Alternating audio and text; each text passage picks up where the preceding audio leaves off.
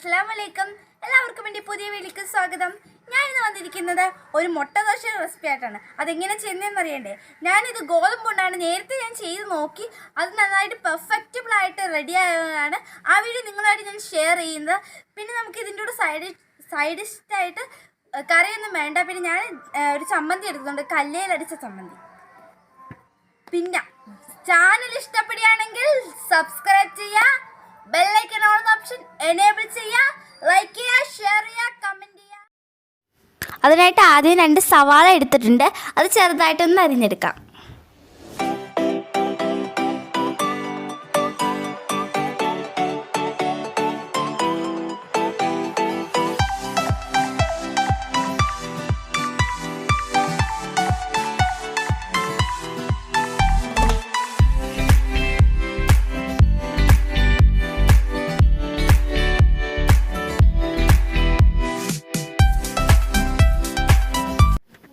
പിന്നെ ഞാൻ എടുത്തിരിക്കുന്നത് ഒരു തക്കാളിയും 3 പച്ചമുളകും. അത് നമുക്കൊന്ന് അരിഞ്ഞെടുക്കാം.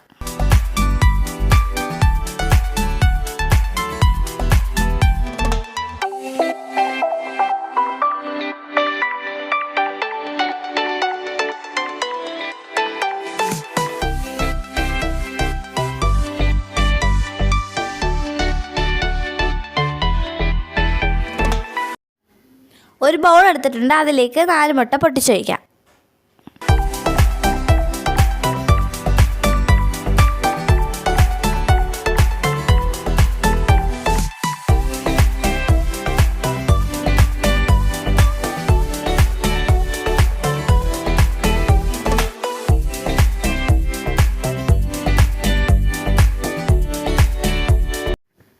ഇനി നമുക്കിതിലേക്ക് അരിഞ്ഞു വെച്ചിരുന്ന സവാളയും തക്കാളിയും പച്ചമുളകും ഇതിലേക്ക് ആഡ് ചെയ്ത് കൊടുക്കാം.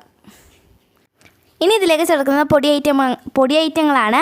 ആദ്യം തന്നെ 1 ടേബിൾ സ്പൂൺ കുരുമുളക് പൊടി, അതിനുശേഷം ചേർക്കുന്നത് 1/2 ടേബിൾ സ്പൂൺ മഞ്ഞൾപ്പൊടി, പിന്നെ ആവശ്യത്തിനുള്ള ഉപ്പ് ചേർത്ത് നമുക്കൊന്ന് ബീറ്റ് ചെയ്തെടുക്കാം.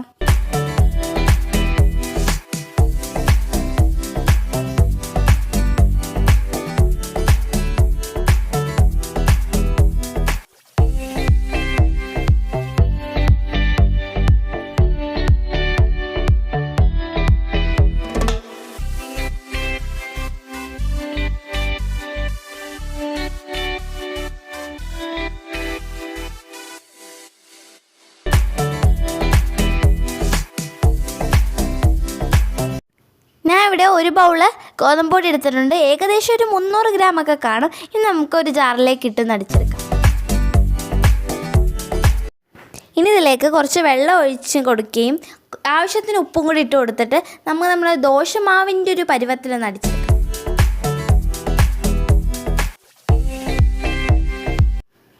മാവൊന്ന് അടിച്ചെടുത്തിട്ടുണ്ട്. ഇനി നമുക്കിതൊരു ബൗളിലേക്ക് മാറ്റാം. ഇനി നമ്മളിതിലേക്ക് ചേർക്കാൻ പോകുന്നത് നമ്മൾ നേരത്തെ ബീറ്റ് ചെയ്ത് വെച്ചിരുന്ന മുട്ട ഇതിലേക്ക് ചേർത്ത് കൊടുക്കാം. അത് നമുക്കൊന്ന് മിക്സ് ചെയ്തെടുക്കാം. വീഡിയോ സ്കിപ്പ് ചെയ്യാതെ കാണണേ. ഇനി നമുക്ക് ദോശക്കല്ല് അടുപ്പയിലേക്ക് വെച്ചിട്ട് നമുക്ക് എണ്ണയൊന്ന് തേച്ചെടുക്കാം. അതിനുശേഷം നമുക്ക് മാവ് കോരി ഒഴിച്ച് നമ്മുടെ ദോശ ചുട്ടെടുക്കാം. അങ്ങനെ ടേസ്റ്റി ആൻഡ് ഹെൽത്തി ആയിട്ടുള്ള നമ്മുടെ മുട്ട ദോശ ഇവിടെ റെഡി ആയിട്ടുണ്ട്. എല്ലാവരും ഇഷ്ടപ്പെട്ട ട്രൈ ചെയ്ത് നോക്കി ഫീഡ്ബാക്ക് അറിയിക്കണേ.